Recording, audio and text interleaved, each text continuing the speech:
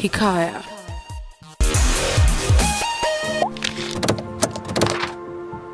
Maimuna Abubakar, wanda aka fi sani da Momi Gombe, fitacciyar jaruma ce a masana'antar Kannywood.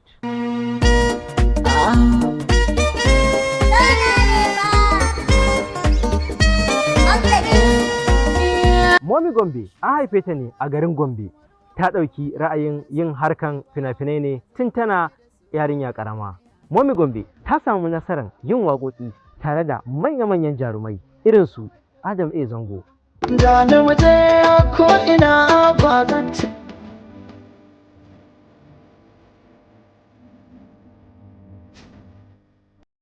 Garzali Miko.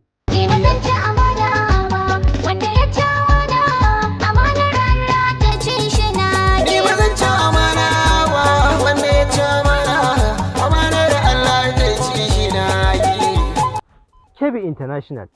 Kiran waya zan kira ki sau 10 guda ba za ki dagan ba. Kin ce ba ki kusa in kin dawo ba za ki kiran ba. Ni kuma ba na fushi ba za na iya miki korafi ba. Allah sarki zuciyar so ba za ta ga laifin ki ko guda ba. Hamisu Breka.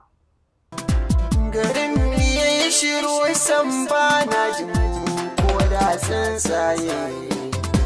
Ina zan bincika dan na san ke ba ki da kawai. Da ma dai sauransu. Momi Gombe ba ta tsaya a waƙa kawai ba, ta yi nasarar fitowa a cikin manya-manyan fina-finan Kannywood irin su Alaƙa, Gidan Sarauta, Darasi, da ma dai sauransu.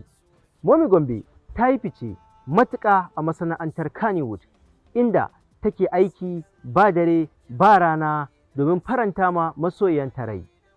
A cikin daraktoci wanda Momi Gombe ta fi yin aiki da su shine Sunusi Oscar 442. Kowa ya sani a masana'antar Kannywood, Sunusi Oscar 442 fitacce ne kuma jajirtaccen mai ba da umarni wanda aikinsa ke burge mai kallo. A cikin waƙoƙin da Momi Gombe ta yi akwai waƙa mai suna Soyayya. Na ji yadda so yake bugun zakata, na ga yadda so yake sila na kyauta. Na ji yadda so yake silar a rayu, na ga yadda so yake kisan marayu. Kuma akwai waƙa mai suna Barde, inda aka ganta da fitaccen mawaƙin nan mai suna Kawu Ɗan Sarki. A Barde kurjini jiran bore, An aika da farmaki kare, dan kauna ce ta zo ta tsantsare. akwai haƙƙi ta nan kana jure, Aikin gane ta nan madaji ne, karkar ne, wurin ido kan goyon biyu ne, nan mukai auna, na zago ne. salo kake sake. Na yi mafarki tare da Sarki Ali Nuhu. Na zama ni na zama kai bisa lissafi mun zama ɗai, a sanya maza duka a shara in ba kai ba ni dai. Har daga kan da kake yi wa 'yan mata ka yi mun daidai. Sun ce girman kai ne na ce ni na saka kai baby na. Da dai sauransu.